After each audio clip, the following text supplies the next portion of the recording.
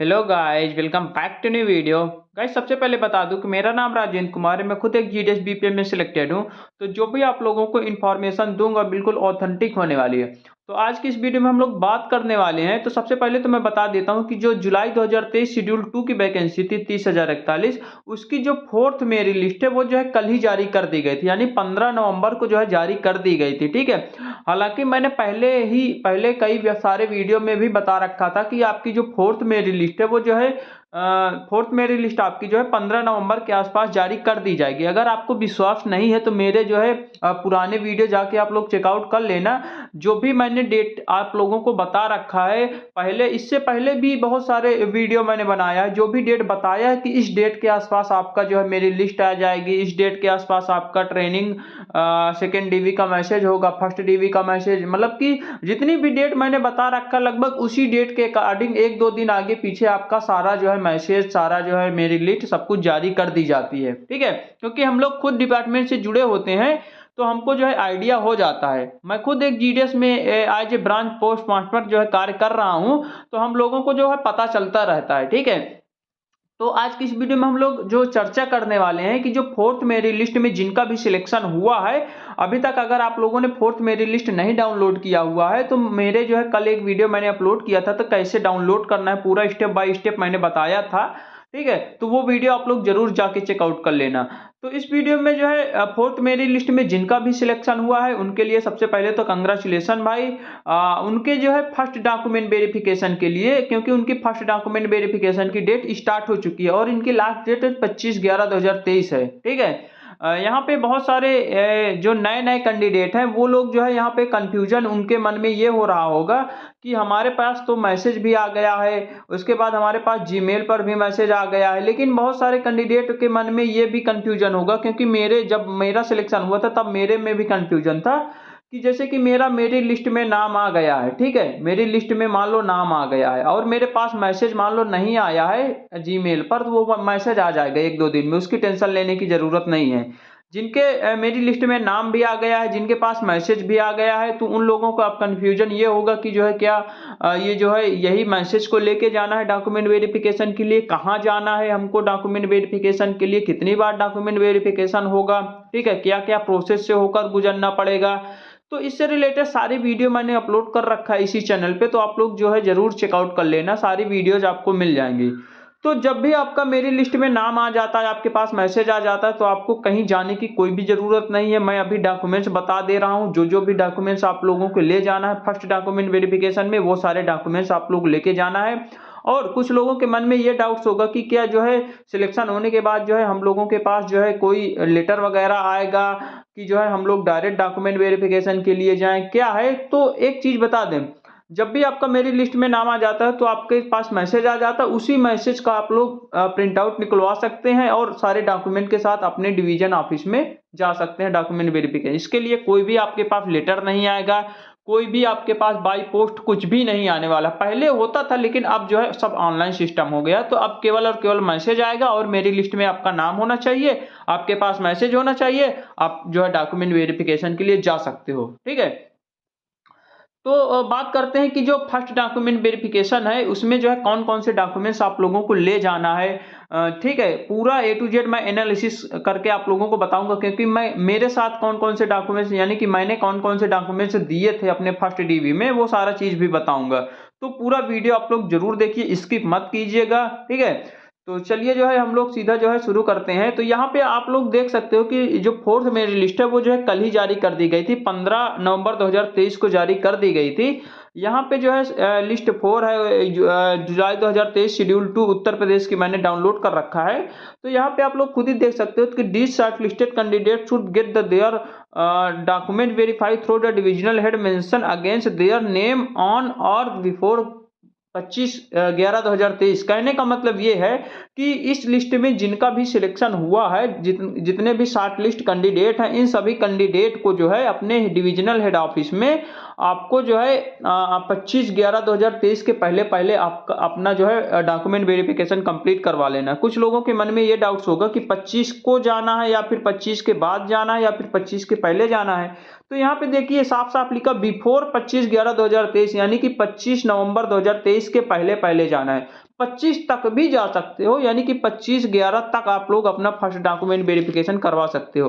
हालांकि 5 दिन का एक्स्ट्रा टाइम बाद में मिलता है, लेकिन उसको आप लोगों को उसको ध्यान में न रखते हुए जो है 25/11 के पहले पहले अपना जो है फर्स्ट डॉक्यूमेंट वेरिफिकेशन आप लोग कंप्लीट करवा लीजिए, नहीं तो बहुत सारे कैंडिडेट का डॉक्यूमेंट वेरिफिकेशन छूट जाता है। ठीक है, फिर बार बार कमेंट करते हैं कि सर मेरा जो है ये डॉक्यूमेंट्स नहीं था, मेरा डॉक्यूमेंट छूट गया है, मेरे पास नहीं था, क्या मुझको फिर से टाइम मिलेगा या फिर नहीं मिलेगा? तो बिल्कुल भी टाइम नहीं मिलता है। आप लोग जितना भी टाइम यहाँ पे 10 दिन का दिया जाता है, उसी 10 दिन में आप लोग अपना डॉक्यूमेंट वेरिफिकेशन कंप्लीट करवा लीजिएगा।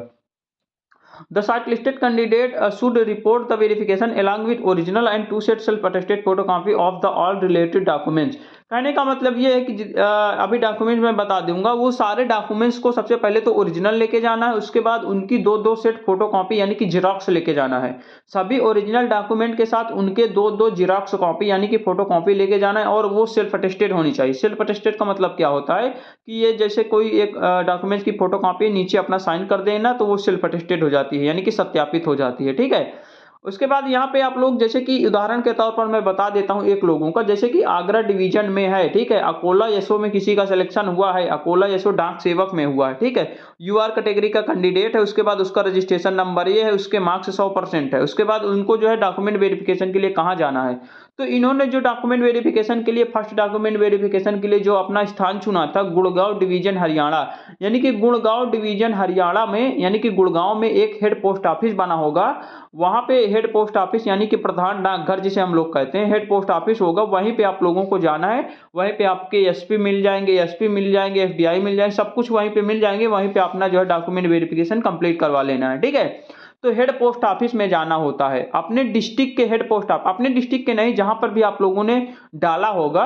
तो जैसे कि यहाँ पे आगरा वाला, मान लो आगरा में सिलेक्शन हुआ है, लेकिन इन्होंने गुड़गांव लिया हुआ है फर्स्ट डॉक्यूमेंट वेरिफिकेशन के लिए। इसमें क्या होता है कि फर्स्ट डॉक्यूमेंट वेरिफिकेशन के लिए आप लोग कहीं भी चुन सकते हो, अपने डिस्ट्रिक्ट में भी वेरिफिकेशन करवा सकते हो। अगर मान लो फॉर्म किसी दूसरे डिस्ट्रिक्ट से भर रहे हो, अपना फर्स्ट डॉक्यूमेंट वेरिफिकेशन अपने डिस्ट्रिक्ट में भी करवा सकते हो। लेकिन जो सेकंड वेरिफिकेशन होता है, सेकंड डॉक्यूमेंट वेरिफिकेशन होता है, वो जो है जहां पे आपका सिलेक्शन हुआ होगा वहीं पे होगा, यानी कि जिस डिवीजन में आपका सिलेक्शन हुआ होगा वहीं पे जो है सेकंड डीवी या फिर सेकंड डॉक्यूमेंट वेरिफिकेशन होता है। ठीक है, तो ये चीज आप लोग ध्यान देना। बाकी जिस भी जहां पर भी आपका सिलेक्शन हुआ होगा वहां पे बिल्कुल सीधा आप लोग सबसे लास्ट में देख लीजिएगा कि कहां पे हमको जाना। वैसे आपके मैसेज में भी वहां पे दिया होगा कि यहां पे आप लोगों को जाना है। ठीक है, तो अपने सामने वाले बिल्कुल लास्ट में देख लीजिएगा कि इस यहाँ पे, जैसे कि यहाँ पे मान के चलो आगरा है, तो आगरा में, आगरा डिवीजन में, आगरा डिस्ट्रिक्ट में एक हेड पोस्ट ऑफिस बना होगा। ठीक है, यानी कि डिस्ट्रिक्ट में एक हेड पोस्ट ऑफिस होता है जिसे प्रधान डाकघर कहते हैं।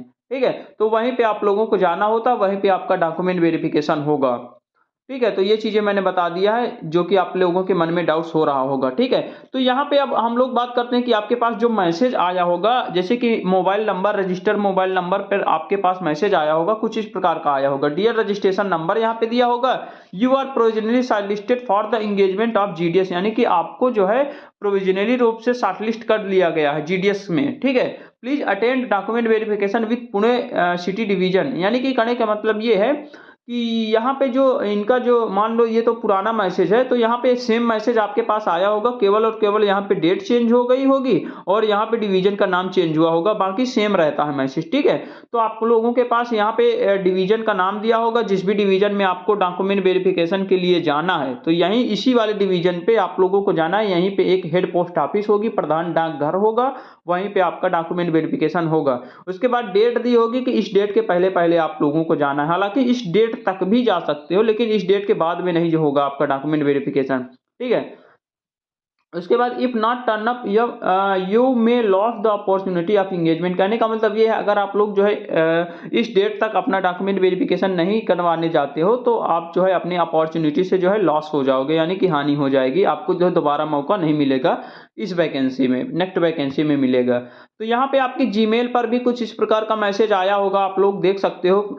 तो नोटिस फॉर द, यहाँ पे Indian post GDS online engagement, यहाँ पे notice for the document verification के लिए नोटिस है। Dear applicant, your registration number दिया होगा, उसके बाद have been provisionally shortlisted for the online engagement of GDS online schedule 1 जनवरी, यहाँ पे शेड्यूल 2 और जुलाई दिया होगा, सेम टू सेम ऐसा ही मैसेज होगा। ठीक है, you are required to attend document verification SP, यहाँ पे एएसपी या एसपी या एसएसपी का नाम दिया होगा, जिस भी डिवीजन में आपका डॉक्यूमेंट वेरिफिकेशन होना होगा तो उसी डिवीजन में आप लोगों को जाना होगा, ठीक है।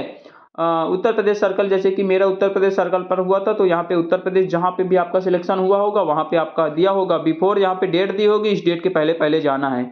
उसके बाद डॉक्यूमेंट क्या क्या लेके जाना है, यहाँ पे शॉर्ट में थोड़ा सा बता देता हूँ, अभी नीचे में डिटेल में बताता हूँ। ओरिजिनल मार्कशीट या बोर्ड शीट यानी कि 10th की, उसके बाद कास्ट और कम्युनिटी सर्टिफिकेट यानी कि कास्ट सर्टिफिकेट लेके जाना है, पीडब्ल्यूडी अगर है तो लेके जाना है, ट्रांसजेंडर है तो लेके जाना है, डेट ऑफ बर्थ प्रूफ कोई जरूरत नहीं है, मेडिकल सर्टिफिकेट अभी मैं बता दे रहा हूँ नीचे, और ये सारी चीजें हो गई। यहाँ पे नीचे एक चीज ध्यान देना, please also bring 2 set self attested photocopy each of the documents mention above. कहने का मतलब ये है, जितने भी डॉक्यूमेंट्स का नाम ऊपर दिया हुआ है, मेंशन किया गया है, उन सभी के जो है 2-2 set self attested photo copy यानी कि जेरॉक्स कॉपी लेके जाना है, और सेल्फ अटेस्टेड होनी चाहिए, वो चीज मैंने बता दिया है, ठीक है। बाकी तो ये चीज मैंने बता ही दिया, ठीक है। अब हम लोग सीधा सीधा बात करते हैं कि आपके जो फर्स्ट डीवी में है वो जो है कौन कौन से डॉक्यूमेंट जो है लेके जाना है। ये सारे डॉक्यूमेंट्स मैं लेके गया था। जितने डॉक्यूमेंट्स मैं बता रहा हूँ, इसके अलावा आपका एक भी पन्ना नहीं लगने वाला है। ये जितने भी डॉक्यूमेंट्स बता रहा हूँ, इतने ही डॉक्यूमेंट्स आपको लेके जाना है, ठीक है। तो सबसे पहले तो बता देता हूँ कि ओरिजिनल लेके जाना है, जितने भी डॉक्यूमेंट्स मैं अभी बताऊंगा ओरिजिनल लेके जाना है, उसके बाद 2 सेल्फ अटेस्टेड फोटो कॉपी लेके जाना है, वो चीज मैंने बता दिया। इसका अभी बाद में बताता हूँ डिजी लॉकर वाला। अब सीधे हम लोग बात करते हैं कि डॉक्यूमेंट्स कौन कौन से लेके जाना है। सबसे पहले तो है 10th की marksheet and board sheet. 10th की मार्कशीट बोर्ड शीट मैंने क्यों लिखा है, क्योंकि पहले क्या होता था कि 2-2 मार्कशीट मिलती थी, हाई स्कूल में 2-2 मार्कशीट मिलती थी, ठीक है। एक में नाम वगैरह मेंशन एबव होता था, एक में जो है आपके मार्क्स जो है मेंशन होते थे, ठीक है। तो अगर आपके पास 2-2 मार्कशीट है तो दोनों को लेके जाना है, एक मार्कशीट से काम नहीं चलेगा। जिनके पास एक मार्कशीट है केवल और केवल, उनको जो है एक ही मार्कशीट लेके जाना है। तो हाई स्कूल की मार्कशीट लेके जाना है, ओरिजिनल लेके जाना है, और दो सेट फोटो कॉपी। जितने भी डॉक्यूमेंट्स बताऊंगा मैं, सारे के सारे डॉक्यूमेंट्स को ओरिजिनल लेके जाना है, उसके बाद 2-2 फोटो कॉपी यानी कि जेरॉक्स कॉपी, और वो जेरॉक्स कॉपी सेल्फ अटेस्टेड होनी चाहिए। दूसरा है कास्ट या फिर कम्युनिटी सर्टिफिकेट। कास्ट सर्टिफिकेट या फिर कम्युनिटी सर्टिफिकेट जनरल वालों का नहीं लगता है, जिनका भी सिलेक्शन जनरल में हुआ होगा उनको नहीं लगेगा।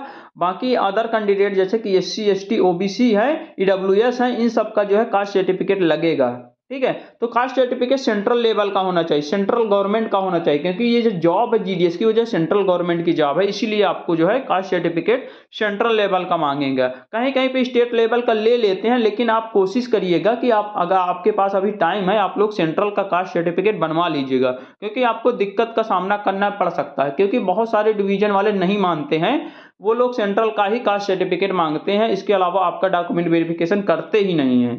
तो आप लोग अगर नहीं है तो आप लोग बनवा लीजिएगा, ठीक है, सेंट्रल का कास्ट सर्टिफिकेट।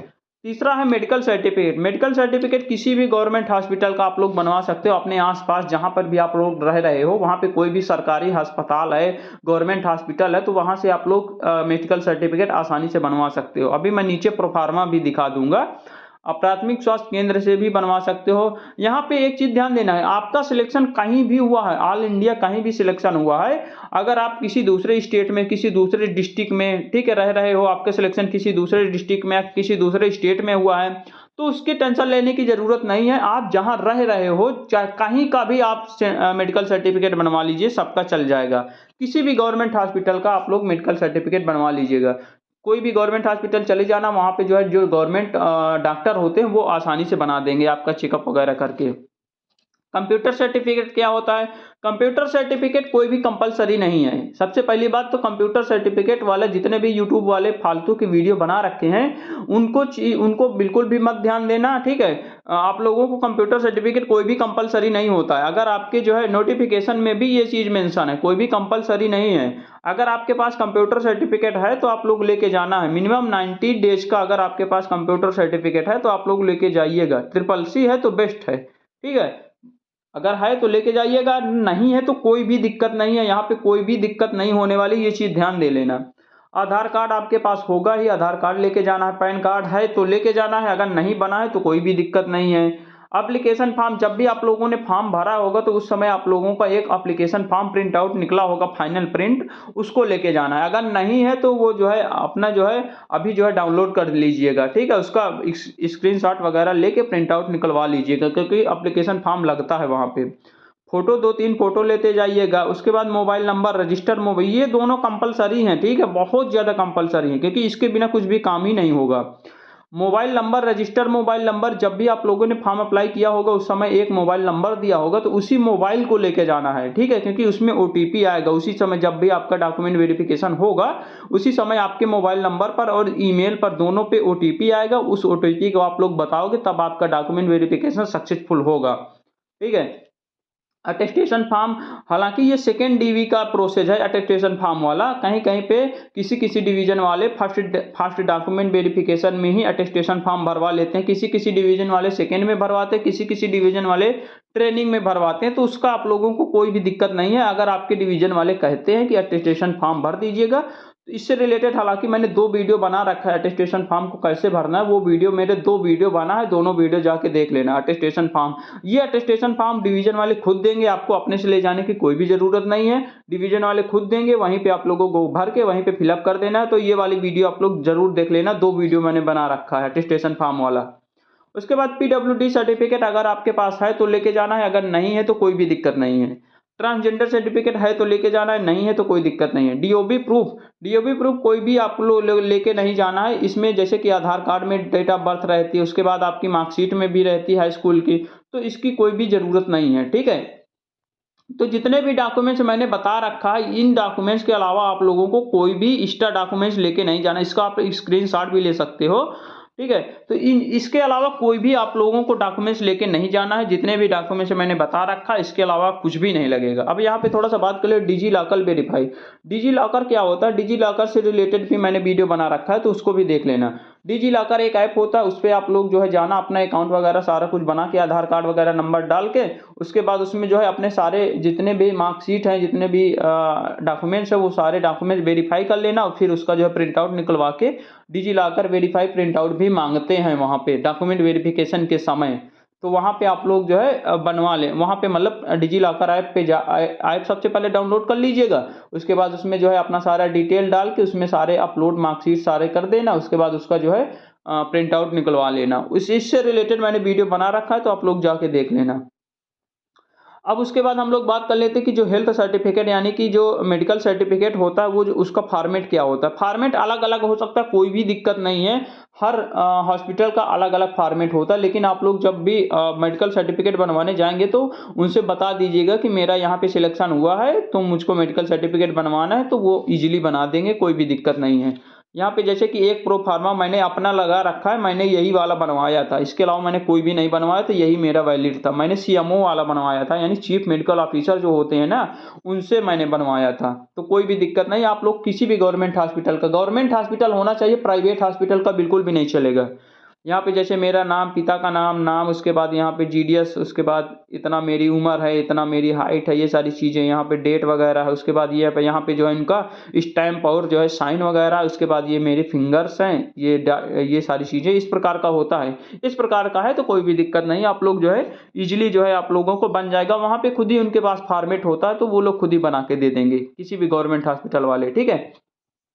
उसके बाद थोड़ा सा बात कर लेते हैं कि जो एससी एसटी कैंडिडेट हैं, उनके लिए जो कास्ट सर्टिफिकेट होता है वो जो है किस प्रकार का होता है, तो वो लोग थोड़ा सा ध्यान दे लेना, क्योंकि यहाँ पे आप लोगों के साथ थोड़ा सा झमेला जरूर हो सकता है। एससी एसटी कैंडिडेट वालों के साथ थोड़ा सा झमेला हो सकता है, ठीक है, क्योंकि एससी एसटी कैंडिडेट का जो सेंट्रल का कास्ट सर्टिफिकेट होता है वो जो है ऑनलाइन नहीं बनता है। अगर ऑनलाइन बनता भी है तो यहाँ पे गवर्नमेंट ऑफ उत्तर प्रदेश लिखा होता है, जो कि वैलिड नहीं होता है। मेरा तो वैलिड नहीं किया गया था मेरे डिवीजन में, अदर डिवीजन में हो सकता है वैलिड हो, तो उसका मुझे आइडिया नहीं है, लेकिन मेरे साथ ऐसा हुआ था, इसीलिए मैं थोड़ा सा आप लोगों को बता देता हूँ। तो जो एससी एसटी कैंडिडेट है उनका जो है कहीं कहीं पे ये वाला सर्टिफिकेट, हालांकि ये सेंट्रल का कास्ट सर्टिफिकेट है, ठीक है, इसमें कोई भी दिक्कत नहीं है, क्योंकि इंग्लिश से पूरा लिखा हुआ है पूरा, ठीक है। लेकिन यहाँ पे कोई कोई डिवीजन वाले ये वाला नहीं मांगते हैं, वो बोलते हैं कि यहाँ पे गवर्नमेंट ऑफ उत्तर प्रदेश ना लिख के गवर्नमेंट ऑफ इंडिया लिखा होना चाहिए, जैसे कि यहाँ पे लिखा हुआ है। यहाँ पे आप लोग देख सकते हो गवर्नमेंट ऑफ इंडिया लिखा है। यहाँ पे वो देखिए, एक चीज बता देता हूँ कि जो ओबीसी कैंडिडेट है तो उनको कोई भी दिक्कत नहीं है, उनका तो ये वाला बन जाएगा। जब भी सेंटर का कास्ट सर्टिफिकेट वो बनवाने जाएंगे तो ये वाला उनका बन जाएगा, उनका वैलिड भी होगा, उनको कोई भी दिक्कत नहीं है। ओबीसी वालों को दिक्कत होती है एससी एसटी कैंडिडेट वालों को, जिनका जो है सेंट्रल का कास्ट सर्टिफिकेट कुछ इस प्रकार का बन के आता है, तो उनको थोड़ा सा दिक्कत होती है, तो उनको दिक्कत लेने की जरूरत नहीं। अगर ये वाला आपका वैलिड करते हैं, मान्य करते हैं आपके डिवीजन वाले, तो ठीक है, कोई दिक्कत नहीं है, तब तो कोई दिक्कत नहीं। अगर मान लो नहीं मानते हैं तो एक काम कीजिएगा, अपने तहसील में चले जाइएगा। तहसील में आपके जो है तहसीलदार वगैरह, लेखपाल, कानून को सब मिल जाएंगे। तो वहीं पे आप लोग जो है जाइए, वहाँ पे बता दीजिए कि जो मुझको जो है, मैं एससी कैंडिडेट का हूँ, मुझको जो है सेंट्रल का कास्ट सर्टिफिकेट बनवाना है। तो वो लोग ये वाला प्रोफार्मा दे देंगे। प्रोफार्मा थोड़ा सा अलग जरूर हो सकता है, लेकिन यही मतलब यही सेम टू सेम नहीं होगा, लेकिन ऐसे ही होता है। यहाँ पे जो है पूरा उनका जो है एससी एसटी कैंडिडेट का यहाँ पे संविधान की जितनी भी वो है, वो सारी चीज़ यहाँ पे लिखे होंगे। उसके बाद आपका नाम वगैरह। हालांकि ये जो है क्या होता है कि स्टेट का जो कास्ट सर्टिफिकेट आपके पास होता है, उसी नंबर से, जो इसका नंबर होता है स्टेट वाला कास्ट सर्टिफिकेट का, उसी नंबर को यहाँ पे डाल के, यहाँ पे साइन वगैरह करके, स्टैंप लगा के वेरीफाई करवा देते हैं तहसीलदार, कानून गो, लेखपाल से। तो वो जो है वैलिड होता है, कोई भी दिक्कत नहीं होता है। क्योंकि मैंने खुद बनवाया, एससी एसटी कैंडिडेट सारे यही बनवाते हैं, तो दिक्कत नहीं होती है। तो इसीलिए मैंने बता दिया, क्योंकि आप लोगों को थोड़ा सा दिक्कतों का सामना करना पड़ सकता है। उसके बाद जब भी आपका फर्स्ट डॉक्यूमेंट वेरिफिकेशन सक्सेसफुल हो जाता है, फाइनली सक्सेसफुल हो जाता है, तो आप लोगों को कुछ इस प्रकार का जो है प्रिंट आउट दिया जाता है, हॉट कॉपी आप लोगों को दी जाती है। इसमें लिखा होता है सारा चीज कि आपका जो फर्स्ट डॉक्यूमेंट वेरिफिकेशन कंप्लीट हो गया है। यहाँ पे देख ली, कम्युनिटी सर्टिफिकेट मिलाया गया, उसके बाद मिलाने के बाद एक्सेप्ट कर लिया गया है, यानी कि कास्ट सर्टिफिकेट। उसके बाद मेडिकल सर्टिफिकेट भी मिलाया गया और एक्सेप्ट कर लिया गया है। एसएससी सर्टिफिकेट का मतलब होता है हाई स्कूल की मार्कशीट को मिलाया गया और एक्सेप्ट कर लिया गया, यानी कि मेरा जो first document verification finally successful हो गया है। अगर ये वाली जो मतलब कि ये वाली हार्ड कॉपी अगर आपको देते हैं डिवीजन वाले, तो कोई दिक्कत नहीं। अगर नहीं भी देते हैं तब भी कोई दिक्कत नहीं, आपको टेंशन लेने की जरूरत नहीं है। ठीक है, आपका डॉक्यूमेंट वेरिफिकेशन सक्सेसफुल हो गया। आपके पास मैसेज भी आ जाता है, जब भी ओटीपी दोगे तो उस समय आपके पास मैसेज आ जाएगा कि आपका फर्स्ट डॉक्यूमेंट वेरिफिकेशन कंप्लीट हो गया है। ठीक है, अगर ये वाला देते हैं तो ठीक है, अगर मैसेज आ जाता है तब भी ठीक है, अगर कुछ भी नहीं होता है तब भी ठीक है, कोई दिक्कत नहीं। आपको टेंशन लेने की जरूरत नहीं है। आपको नेक्स्ट प्रोसेस के लिए बुलाया जाएगा, यानी कि सेकेंड डीवी के लिए आप लोगों को खुद ही मैसेज आएगा। तो ये सारा जितना भी पॉइंट्स था, इससे रिलेटेड मैंने सारे पॉइंट्स क्लियर कर दिए हैं। वीडियो थोड़ा सा लंबा जरूर हो गया, लेकिन एक एक पॉइंट मैंने क्लियर करने की कोशिश की है। और भी जितने भी आपके मन में डाउट्स है तो आप लोग कमेंट बॉक्स में जरूर पूछ लेना। कोशिश करूंगा कि मैं जो है, अगर वहीं पे अगर आपका जो है सोल्यूशन हो जाएगा तो वहीं पे आंसर दे दूंगा, नहीं तो आप लोगों को वीडियो के माध्यम से बता दूंगा। तो चलिए मिलते हैं एक नई वीडियो के साथ, तब तक के लिए बाय बाय, टेक केयर।